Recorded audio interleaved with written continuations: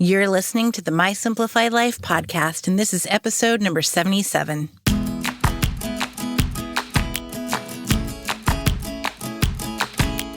Welcome to the My Simplified Life podcast, a place where you will learn that your past and even your present don't define your future.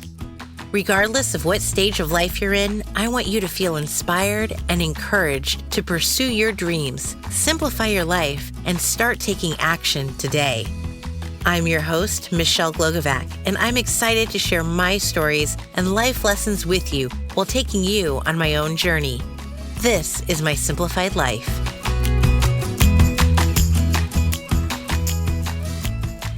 Hey friends, welcome back to another episode. I'm your host, Michelle Glogovac.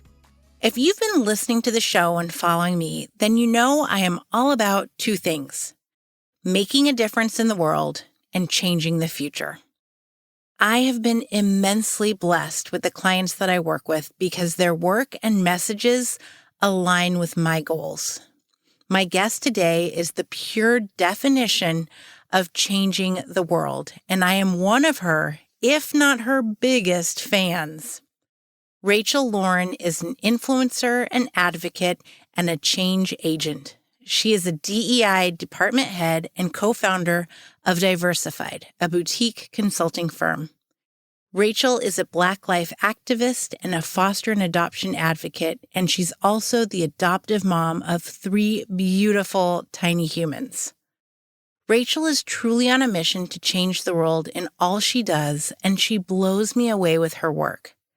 I asked Rachel to come on the show because I think it's important that we talk more about diversity, equity, and inclusion, and how we can all be better allies, whether in the workplace or at home. She's also sharing some of the incredible people she's currently working with, and when you hear who they are, you will know that they are all on a world-changing mission. Hi, Rachel. Hi, Michelle. I love talking to you, so I am so excited to share you with everyone. Can you take a moment and introduce yourself, please? Yes, absolutely. I love talking to you too, first off. So my name is Rachel Lauren. I am an activist and advocate, and I am a diversity, equity, and inclusion professional.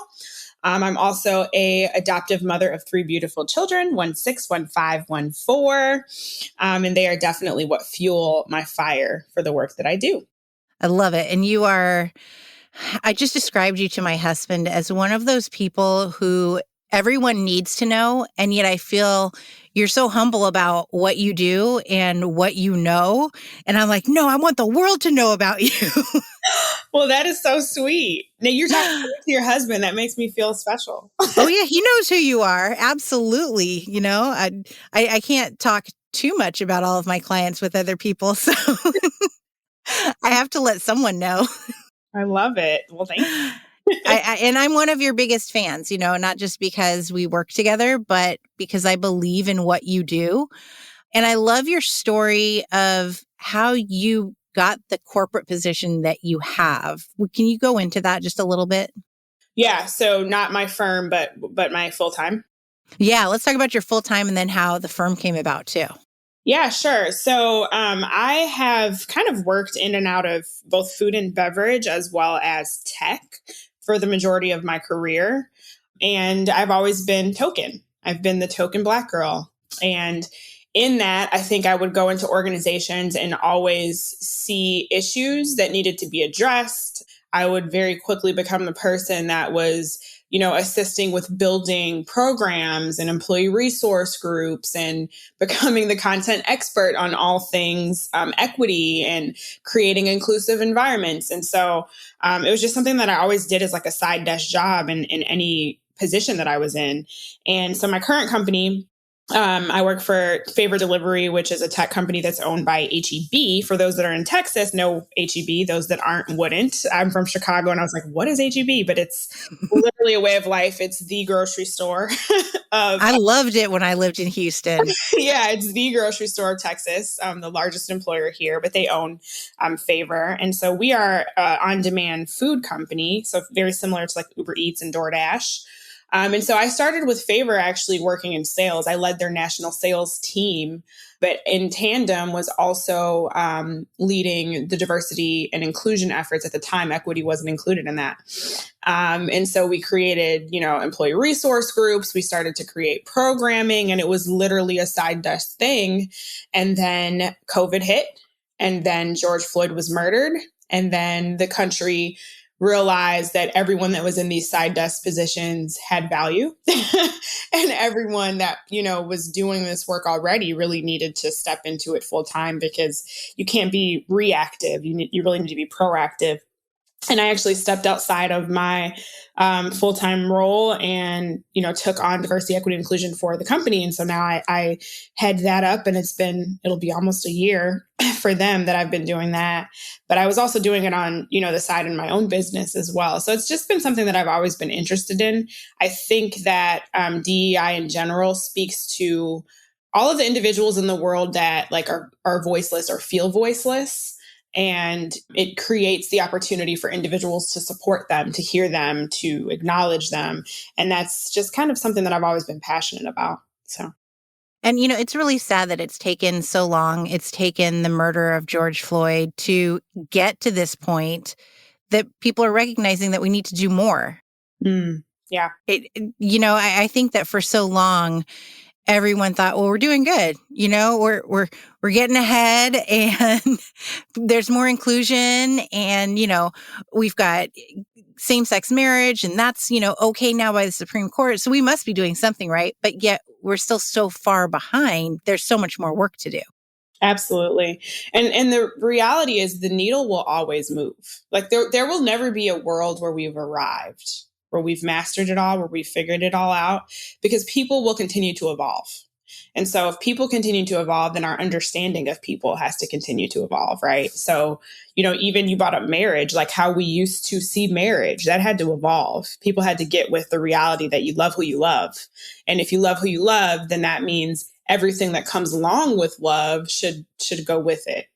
So, yeah. Absolutely. And I remember when same-sex marriage was approved, I cried that day. I had a newborn baby, and I thought to myself, I don't know what he's going to grow up to be like. I don't know who he's going to love, but this is changing the world for him, because, now he can marry whoever he wants. Yeah. And when you talk about love, I think that's truly what it is, because to a point, we do choose who we fall in love with, but at the same time, the heart wants what the heart wants. Absolutely. And no matter what color it is, what race it is, what gender it is, as a parent, as a mother, I love my child, and I want them to be able to love whatever it is that they want to love. Mm-hmm. Yeah, absolutely. And I think, it just really, the topic of marriage and just the structure of society, it just brings up the systemic issues that we continue to see, right?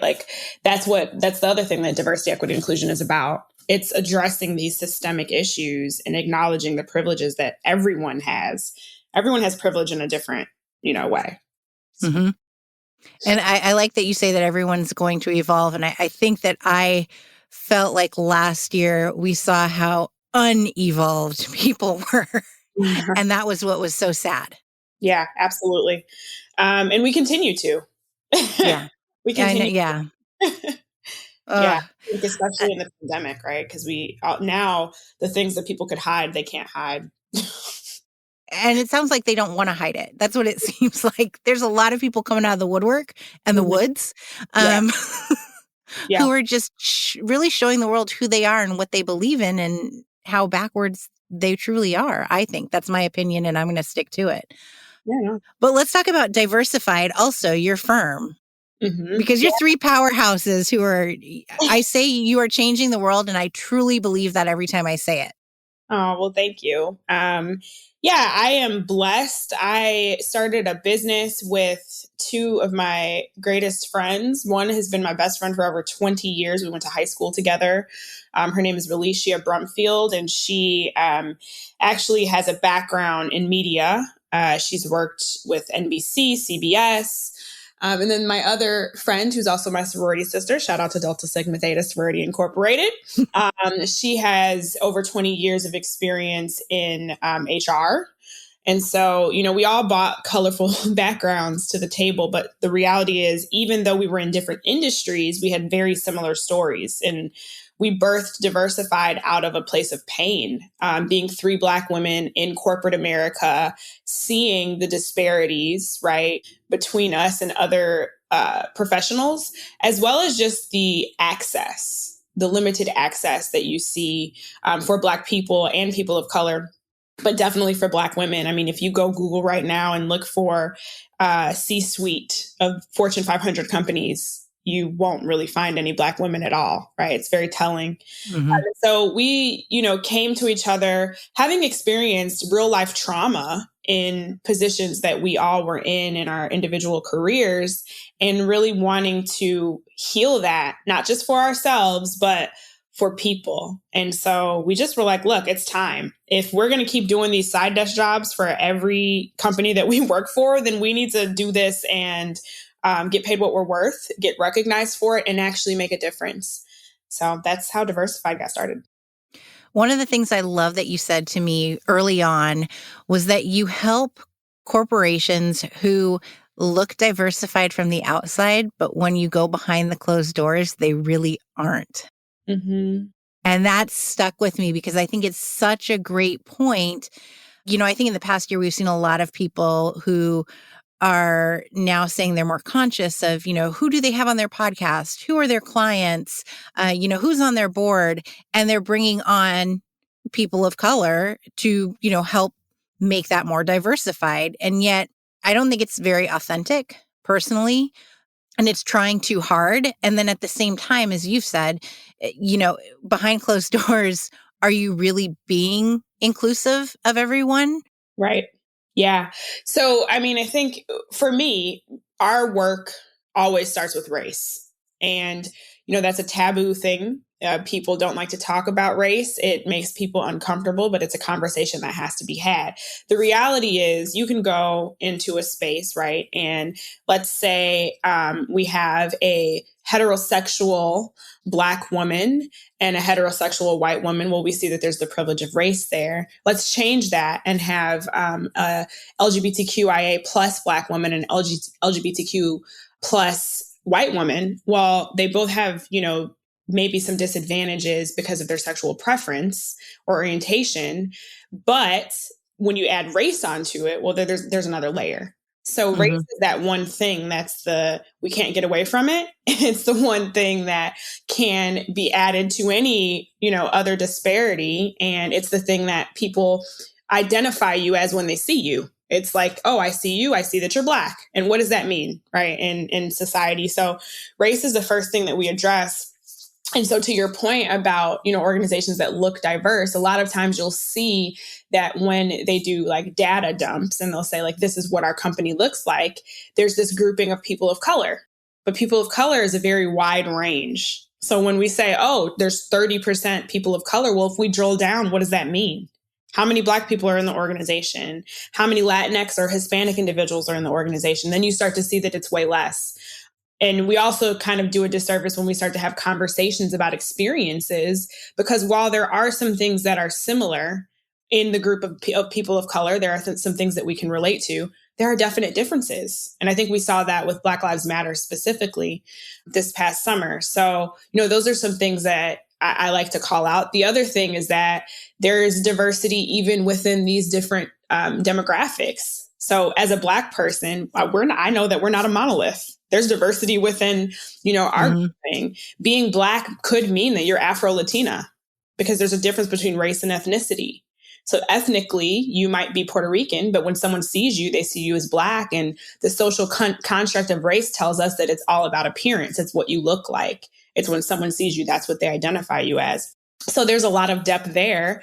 And then just, diversity of how you manage your teams. So I think a lot of times people come into organizations and they'll manage their team how they would want to be managed. And that might resonate with certain individuals, but that doesn't mean it will for everyone. Even how you hold a meeting, you have a meeting at the same time every week. does that time necessarily work for everyone? Maybe some people are better thinkers in the afternoon. Have you thought about switching, every now and then to an afternoon meeting versus a morning? It's managing across difference. So it's a lot. it's a lot. It's a lot. I'm listening to everything you're talking about. And I'm like, how do you go into an organization and you're really having to retrain like an entire level of individuals? And I'm sure that at times you're met with, resistance. Oh yeah, definitely. And I just don't know how it's a tough job. You guys have a really tough job. How do you even deal with that? We do. Well, there's two things. I think because it is our firm and because like I, mentioned earlier, it's clear that we have, as Black women, experienced trauma in our careers, right? Individually, because this is our business, we choose who we're going to work with. We have the ability to say no because I don't have to put myself in a position to go through trauma again.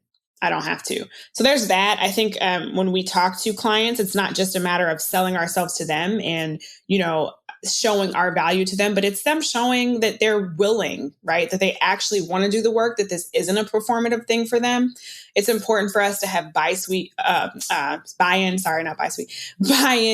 from C-suite. We want to make sure that the leaders are involved, that the leadership, team is engaged, that they're committed, because it's really going to come down to their effort, their support, and their communication that's going to help drive the work.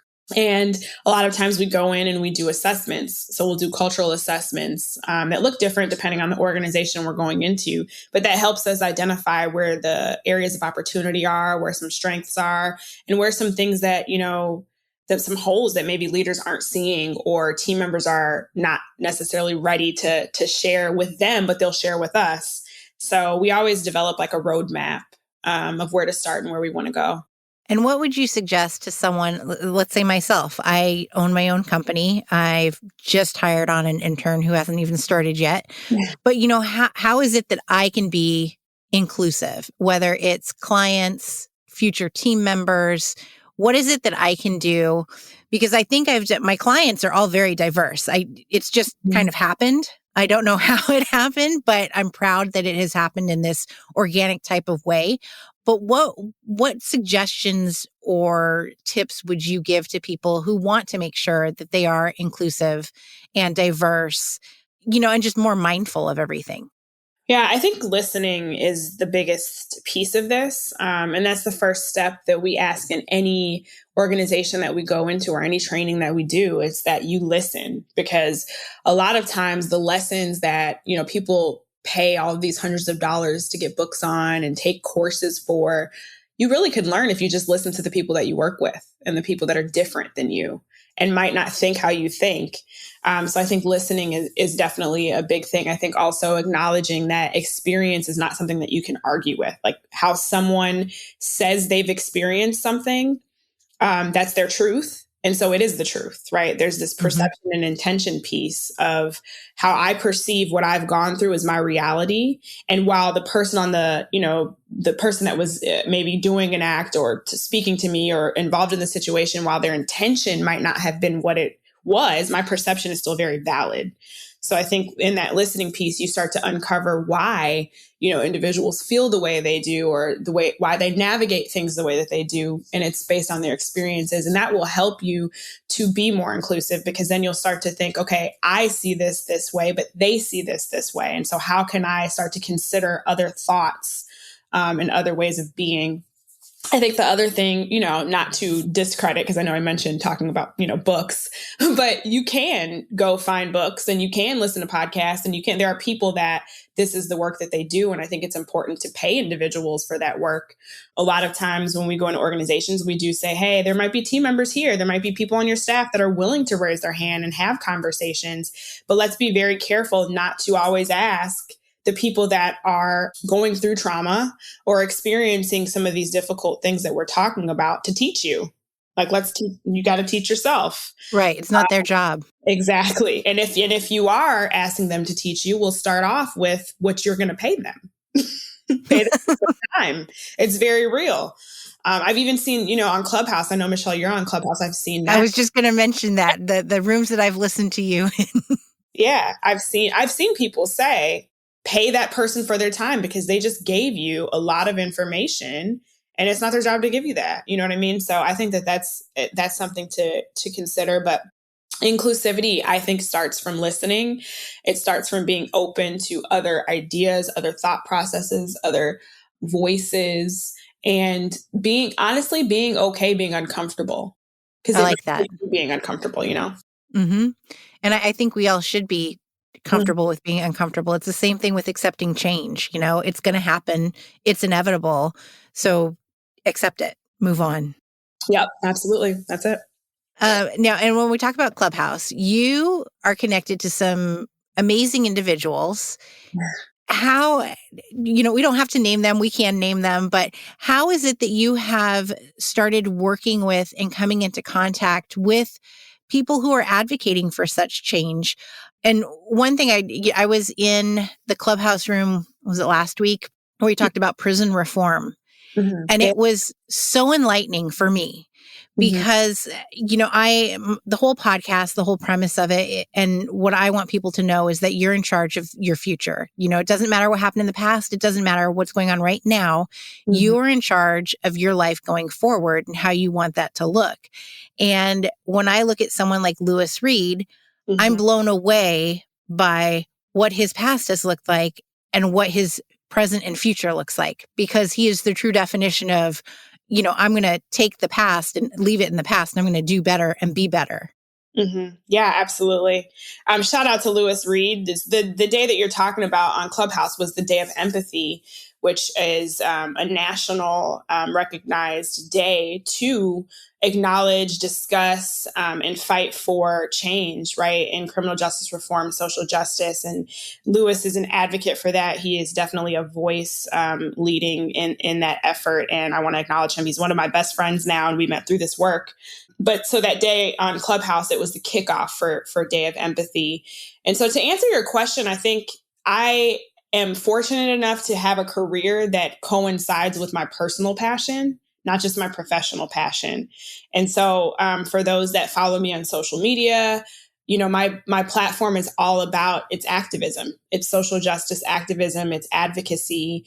And the main two areas of that really are Black life and foster to adopt. And so, I've built my platform on that. I'm very vocal in what I believe and what I fight for, and am always sharing information so individuals that want to support those causes can get involved.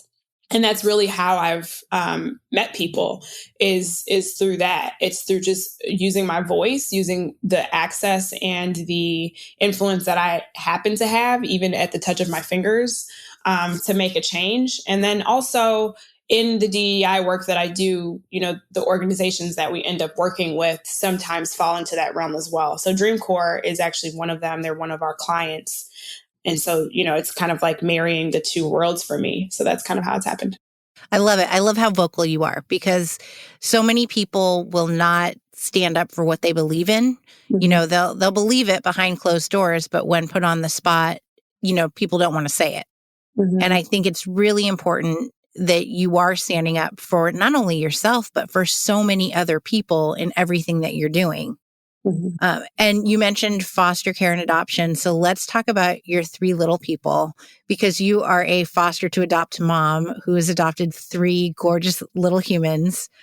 And I know you're advocating for, foster care and the change that we need to see more foster parents in the system. Yeah, absolutely. And I think, again, all children need a home, and I'm fighting for every child. I don't care, who they are. However, I will admit that, what started me on the journey was the realization that there are a lot of Black children and children of color specifically who are left in the system because there aren't as many families that look like them that are seeking to adopt them. And so that was something that I wanted to change. So when I say that I'm a activist and an advocate for Black life, that's a part of it for me. There's so many kids that need a home, and there are so many people that have love to give. And I think there are a lot of stigmas that come with the system. And I'm not going to sit here and say that, the process is always easy, but I think that anything worth it is a little hard sometimes. And Hmm. so, these kids, they didn't ask to be born. They didn't ask for the life that they were given. And I think that if there is an opportunity to make things just a little bit better for them, then let's do it. And I know everyone's not called to be a foster mother or father or to adopt. But there are a lot of ways to support the system. There's a lot of ways to get involved, whether it be financial, whether it be, volunteering, even spending time and mentoring some of these children. It really does go a long way for them. I love it. I love you.